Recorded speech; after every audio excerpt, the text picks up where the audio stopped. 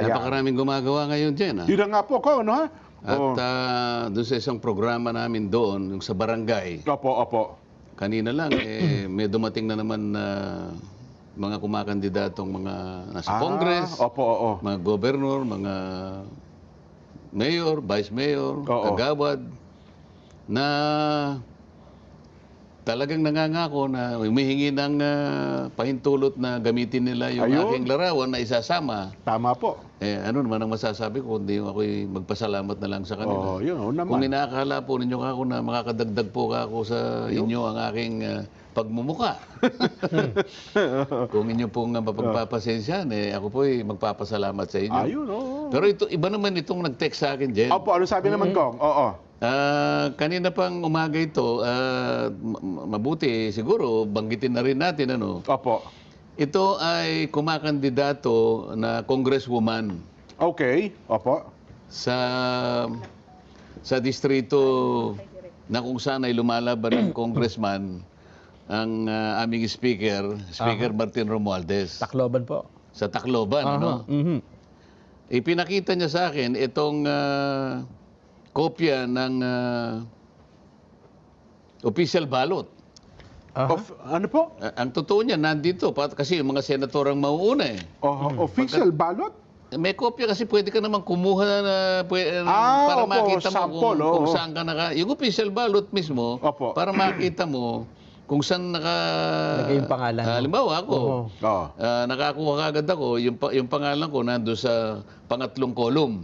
Sa bandang itaas. Opo. So medyo komportable. Alam na alam mo, pwede mo sabihin ngayon sa mga boboto sa'yo, tingnan po ninyo kagad yung third column sa bandang taas, kitang-kita nyo na po para hindi kayo mahirapan, para hindi nyo na po hanapin. Opo. Ngayon, ito, ipinakita niya, sapagkat siya kumakandidato rin congresswoman doon sa Tacloban, bakit yung pangalan niya wala?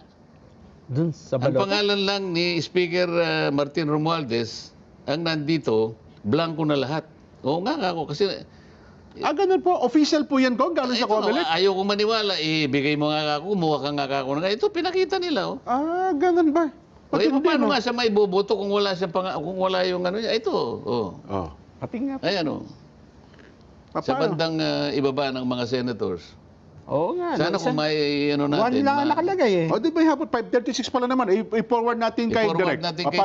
Baka sabihan, para at least ma-appreciate ng ating mga viewers, ano? Oo, at saka subaybay sa palatuntunan. Ayaw ko ngang maniwala eh. Bakit naman kako hindi? Baka kako hindi ka talaga nag-file ng COC. Nag-file po ako eh. Kanyang ganun eh. Di mabuti ka ako, makipag-ugnayan ka na sa Comelec. Sa Comelec, opo. Para sa ganun, habang may panahon, maisaayos. Ganun po. Di ba? O di paano natin kay Direk? Baka sakaling may habol natin. General Kong, yung pinadala nyo. Ipakita nga natin para ma-appreciate natin. Yan. Palakihin mo nga. Ipaki-zoom mo ng konti. Pero ito ko nga, official ballot ito ng ng Comelec. Yan ang official ballot. Makikita mo yung sa third column, makikita mo yung pangalan ko doon, di ba? Ayan, Opo. Ito po ba ito yung bibilugan, di ba? Oo, makikita mo doon sa House of Representatives, ayun. Opo. Isa lang ang kandidato. May 3 espasyo doon. Oo. Sabi niya, wala po ako eh. Member. So yan ang iboboto, isang pangalan lang lumilitaw, no? Kumandidato siya, kaya dalawa sila. Dapat, meron siyang pangalan dyan.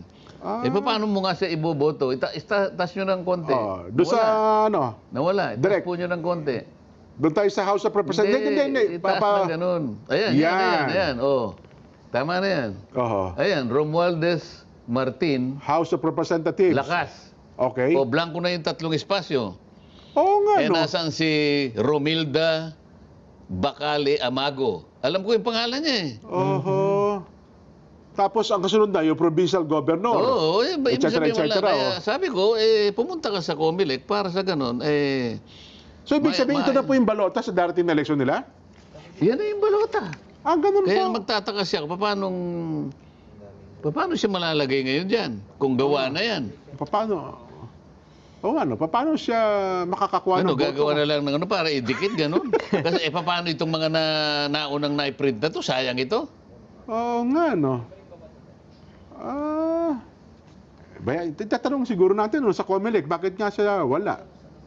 Sabi ko, tingnan mo nga yung sa banda na senador, baka napunta ka ron, kako. Baka Hindi po, tiningnan ko wala naman po sa senador. Oo. Baka nilagay siya doon sa board member, hindi naman. Sabi ko, tingnan mong mabuti. Kung halimbawa, nilagay naman sa iba, hindi naman yun ang tinatakbo niya. Yun naman ang kanyang ipinagsisintir. Oho. Ayan liwanag.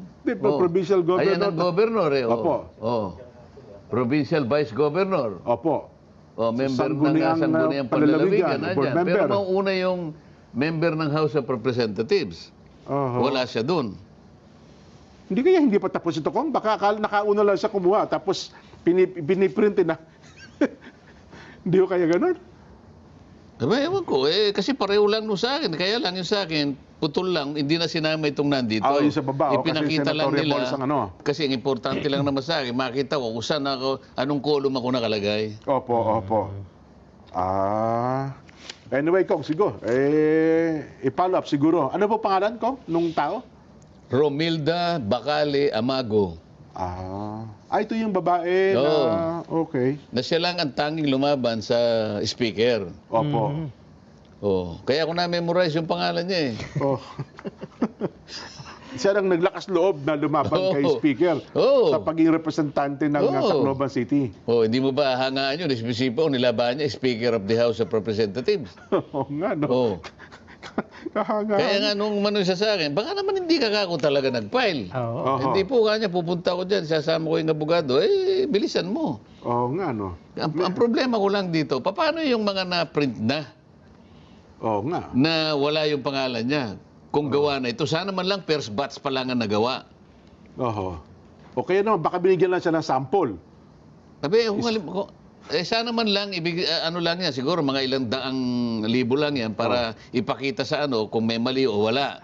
At pagkatapos na nakita na walang mali o may mali, i-edit, i-adjust pagkatapos. Pag wala nang nagko-complain, at saka ngayong gawin. O baka na may takdang panahon para lang, ito nga, para ipakita sa ating lahat, di ba? Opo, sana, Kong. At least ngayon, naipakita natin, baka naman, ang COMELEC kami nanonood sa atin, Kong.